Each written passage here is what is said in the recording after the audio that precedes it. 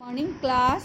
आज हम लोग पढ़ेंगे पाठ 5 जिसका शीर्षक है यात्रा एक अनोखे पक्षी द्वीप की। मैं पीडीएफ बनाकर आप लोगों को भेजी हूँ इस पाठ का। आप लोग इस पाठ को पढ़े होंगे।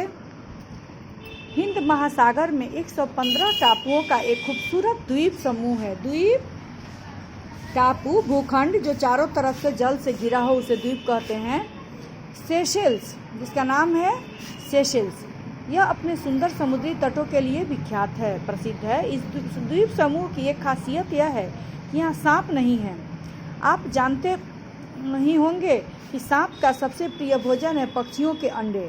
सांपों के न होने के कारण यहाँ पक्षी जमीन पर या इसके आसपास मज़े में घूमते हैं और यहीं अपने घोंसले भी बना लेते हैं। सेशेल्स में मुझे वहाँ से 100 किलोमीटर दूर समुद्र के बीचों बीच पक्षी द्वीप नाम के एक छोटे से टापू के बारे में पता चला। कौन कह रहा है? लेखक बता रहे हैं। इस द्वीप पर हजारों लाखों की संख्या में कुछ खास समुद्री पक्षी प्रजनन के लिए आते हैं। प्रजनन का मतलब होता है संतान उत्पन्न करने के लिए। और कुछ महीनों में बच्चों के बड़े हो जाने पर फिर उड़ जाते हैं। इस छोटे से द्वीप में मनुष्यों के आने जाने पर कोई प्रतिबंध यानी रोक नहीं है। हमने अनुमति लेकर अपने कैमरे के साथ इस अनोखे द्वीप पर जाने का मन बनाया।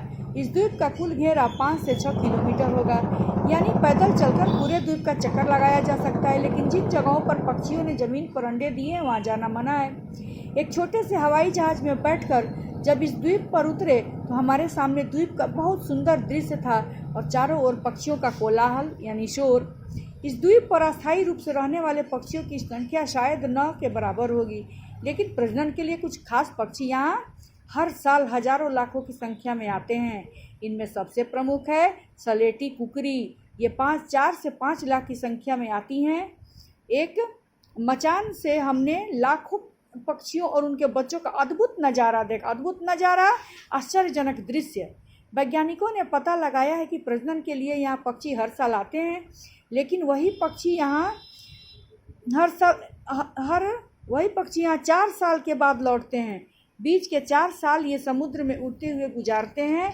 मज़े की बात तो ये है कि सलेटी कुकरी को तैरना नहीं आता, फिर भी इसका अधिकांश जीवन समुद्र के ऊपर उड़ते हुए बीतता है।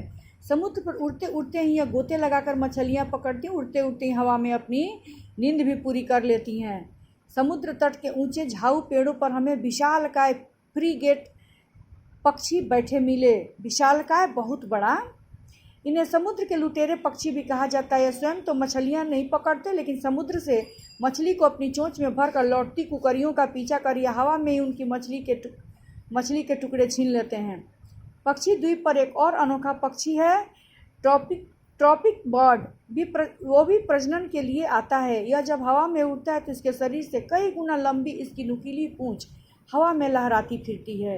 एक और विचित्र पक्षी है नौडी। इसके पैर बत्तख के पैरों जैसे होते हैं।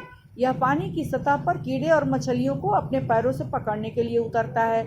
हमें वहाँ एक झक सफ़ेद कुकरी भी मिली जो दुनिया की एकमात्र पूरी सफ़ेद कुकरी है। एक पेड़ के नीचे बड़े बड़े कछुए सुस्ता रहे थे। इनकी तस्वीरें खींचने में कब शाम हो गई पता ही नहीं चला।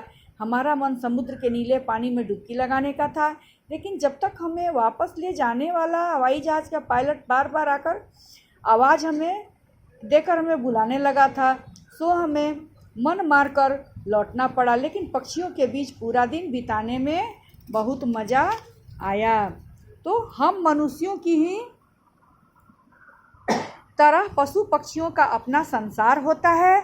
हमें उनके संसार में न्यूनतम हस्तक्षेप करना चाहिए, कम से कम। Thank you class.